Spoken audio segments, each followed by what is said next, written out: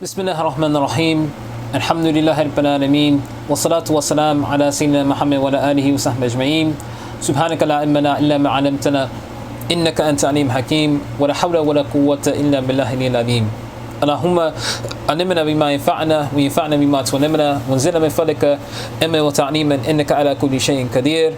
نويت التعنى والتعليم وتذكر والتذكير ونفع وإفادة استفادة وحتى تمس بكتاب الله وسنة رسوله صلى الله عليه وسلم ودعاء إلى هدى ودلالة على خير ابتغاء وجلاء مرضاته وقربه وتوابه سبحانه وتعالى. السلام عليكم ورحمة الله وبركاته. Inshallah ta'ala, this finds you all in the best of states, and we pray that Allah subhanahu wa ta'ala will keep us all firm in Iman and keep us safe during these difficult times. Inshallah ta'ala, we plan to continue in our discussion of purification from the Shafi'i school of law using the book Al-Muwatta. And so today we're going to be looking at the final section, or the final two sections, in regards to purification. And we're going to be looking at first menstruation, and then we're going to be looking at those things that actually one cannot do if they are not in a state of purification. So first, we're going to start with the aspect of menstruation and postnatal bleeding. So I'm looking at page 29 in the book, and this is section 2.27, 2.27, menstruation and postnatal bleeding. Menstruation may begin after the age of 9, and technically speaking, what the ulama say, that it's actually more or less about 8 months and a few weeks, not necessarily fully 9 years. And when we're talking about 9 here, we're talking about 9 lunar years. So it's going to be even prior to 9 solar years. And so a person has to keep this in mind. The reason why this is because once a young girl reaches the age of 9 lunar years, and again, it's about 8 lunar years and about 3 weeks or so. Once this happens, if she were to have a menstrual cycle at this point in time, we would consider her to be pubescent. So now she is fully responsible in terms of the sacred law.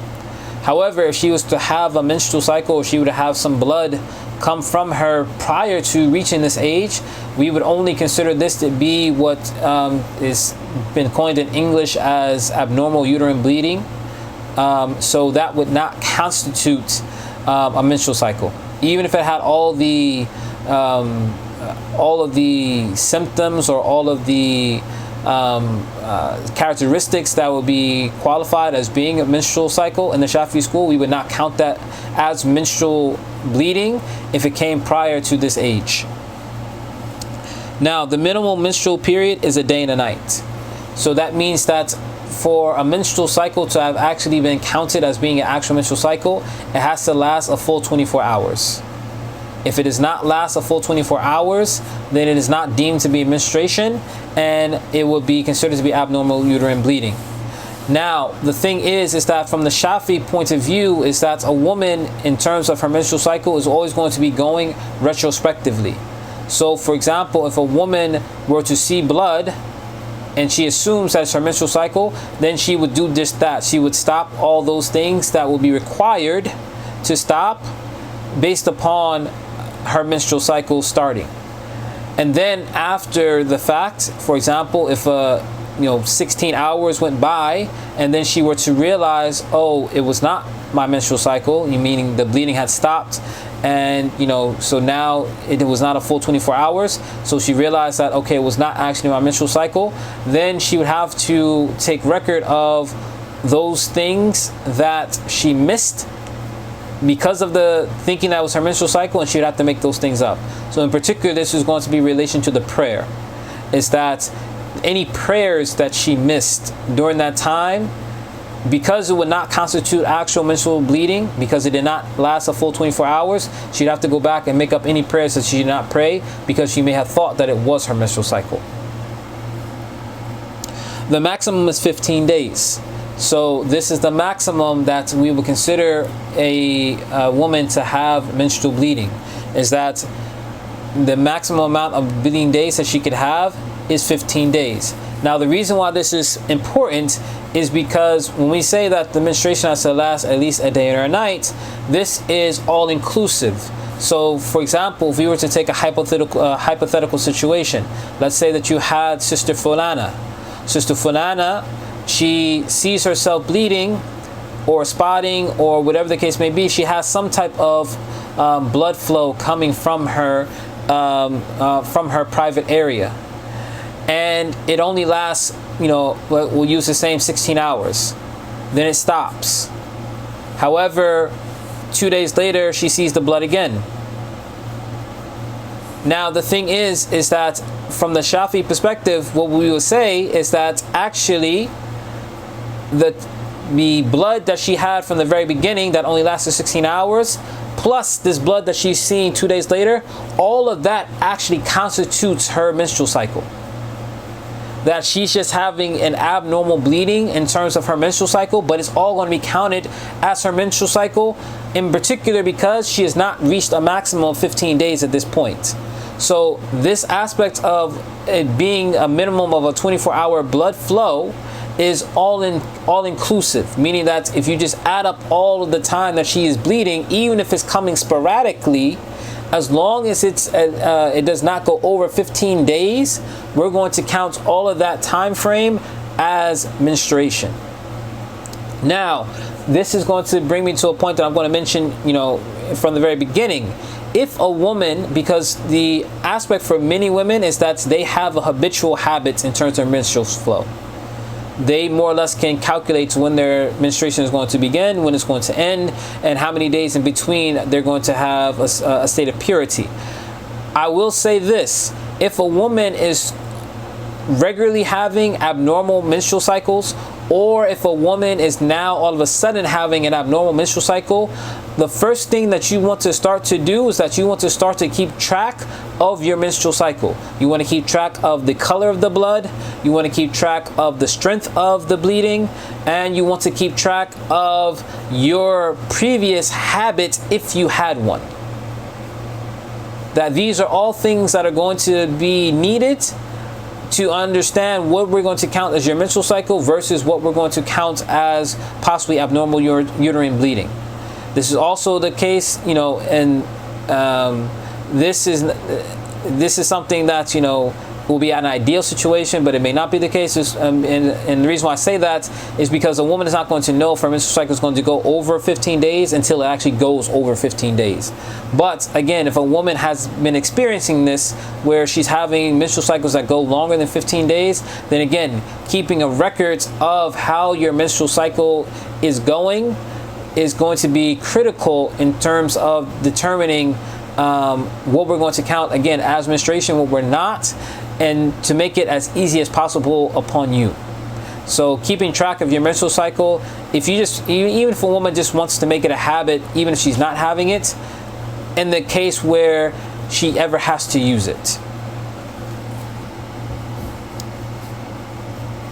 Now, postnatal bleeding, nifas, lasts at least a moment and at most 60 days. So in terms of postnatal bleeding, we're saying that as long, even if it lasts just a moment, that's considered to be, postnatal bleeding. And the most that we say that it can last is 60 days. If it lasts longer than the maximum, it is considered to be chronic vaginal discharge. The minimum interval, and again, if it lasts longer than this, then we have to figure out what we're going to count as being menstruation, what we're not. But anything past this is more than likely going to be considered to be chronic vaginal discharge. But we have to determine how this is going to play out, because we're also going to have to determine how we're going to classify your moments of purity. So this is why again, if a woman is having abnormal menstrual cycles, it is very important for her to keep track of her menstrual cycle. The minimal interval purity between two menstruation is 15 days. This is, and I'm just going to read the next sentence because it just goes right into it. There's no maximum limit to the number of days between menstruations, meaning that a woman has to have at least a 15-day period between her menstrual cycles. If she has less than that, then again, we're going to have to figure out what is actual menstruation and what is not. It could be a situation where we're going to count all of the bleeding that she's having as menstruation, again, if it's less than 15 days. If, however, it is more than 15 days, then we can't do that. So we're going to count just those time frames. We're going to, look at it, from the standpoint of identifying what is menstruation and what is actual purity. Whenever a woman who's old enough notices her bleeding, even if pregnant, she must avoid what a woman in her period avoids. If it ceases in less than 24 hours, meaning the minimum, then it is not considered menstruation, and the woman must make up the prayer she has omitted during it. If it ceases after 24 hours, within 15 days, or between the two, then it's menstruation. If it exceeds 15 days, then she is a woman with abnormal vaginal bleeding. So again, keeping track of this situation so we can determine what it is that we're going to count as what. Yellow or dusky colored discharge is considered menstrual flow. A woman's menstrual period is not legally considered over until she can insert a piece of white cotton in the vagina and it comes out white. When we're talking about coming out white, we're talking about it doesn't have any discoloration to it. So that is what we're talking about. It doesn't necessarily mean that it has to be pure white, but we're saying that it doesn't have any type of discoloration in terms of those things that would be normally considered to be possible menstrual coloration. If a woman has times of intermittent bleeding in succession during an interval of 15 days or less, and the times of bleeding collectively amount to at least 24 hours, then the entire interval, bleeding and non-bleeding, is considered menstruation. This is what we talked about before, is that if we can collectively take that all together and it's less than 15 days, then we're going to count that all as menstruation. Now, chronic annulment of ablution. Chronic here means that one cannot remain without annulling ablution long enough to perform both purification and the prayer. A woman with abnormal vaginal bleeding preparing to pray must wash her private parts, apply something absorbent to them, which must be completely inserted in the vagina without anything remaining outside, and a dressing such as an external absorbent pad, and then perform ablution, intending authorization to perform the prayer, meaning intending the permissibility to perform the prayer, not lifting ritual impurity as such. She may not delay commencing her prayer after this, except for reasons of preparing to pray, such as clothing her nakedness, awaiting the call to prayer, or for a group to gather for the prayer. If she delays for other reasons, she must repeat the purification. This is not just for a woman, this is also for a man. For example, if a man is having incontinence, where constant urine is flowing from him, or if a person is having constant flatulence, constant breaking of wind, these are also the steps that they would take in order to make the prayer valid for themselves. She is obliged to wash her private parts, apply dressing, and perform ablution directly and without interruption before each obligatory prayer. And again, this is for the person that also has another type of chronic annulment of the wudu. After the prayer time has come in, though she is entitled, like those mentioned below, to perform as many non-obligatory prayers as she wishes, carry and read the Quran and so on until the next prayer's time comes, or until her ablution is broken for a different reason, when she must renew the above measures in her ablution. Again, this is similar to the rulings in regards to tayammum. And so, for every obligatory prayer, you're going to have to make it up again. People unable to hold back intermittent drops of urine coming from them must take the same measures that a woman with chronic discharge has, as we just mentioned. And likewise, for anyone in a state of chronic annulment of ablution, such as continuing breaking wind or emitting excrement or medi, though washing and applying and absorbent dressing are only obligatory when filth exists. If a person knows that drops of urine will not stop until the time for the next prayer comes, he takes the above measures and performs the prayer at the first of his time. Meaning that the definition for chronic annulment is that your wudu is going to continue to break for such an extent of time that you'll never have enough time within the prayer time itself to pray a valid prayer. That is considered to be chronic annulment. And so if that's going to be the case, then you would take these measures. And if you know that you're never going to be able to pray it, then you would pray it at the first of its time. If it's possible that you will be able to, rid yourself of this chronic annulment so that you can pray it later, then that's what you would do. You would, wait until later when you're able to make a full ablution. Now, actions unlawful without ritual impurity. The following are unlawful for someone in a state of minor ritual impurity: hadath, to perform the prayer. We're talking about the formal prayer that constitutes the takbir and ends with the taslim. So the formal prayer, and this also includes the Salat al-Janazah, the funeral prayer. To prostrate and recite the Quran at verses which is sunnah to do so, this is, constitutes, an aspect of the prayer. So, you can more or less include this within the prayer itself. To prostrate of thanks, again, this is more or less from the standpoint of, those things that we're going to conclude in the prayer itself. To circumambulate the Kaaba, to sus the Quran, or to carry the Quran.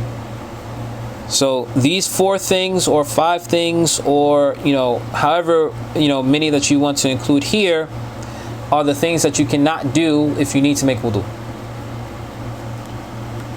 The preceding are also unlawful for someone in a state of major impurity, janaba, as are recitation of the Quran. If you're in a state of janaba, you cannot recite the Quran, and to remain in the mosque. If you're in a state of janaba, you can also not remain in the mosque.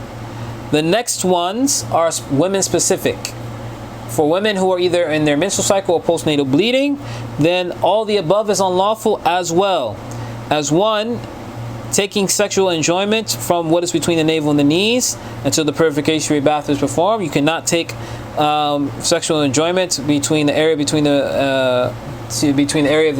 essentially there cannot be skin-to-skin contact in the area between the navel and the knees when a woman is on her menstrual cycle or her postnatal bleeding cycle. Next, a woman is not allowed to fast while she is, in her menstrual cycle or postnatal bleeding cycle, though she is obliged to make it up if it's the fast of Ramadan. If it's the fast of Ramadan, she has to make those fasts up once she is no longer in a state of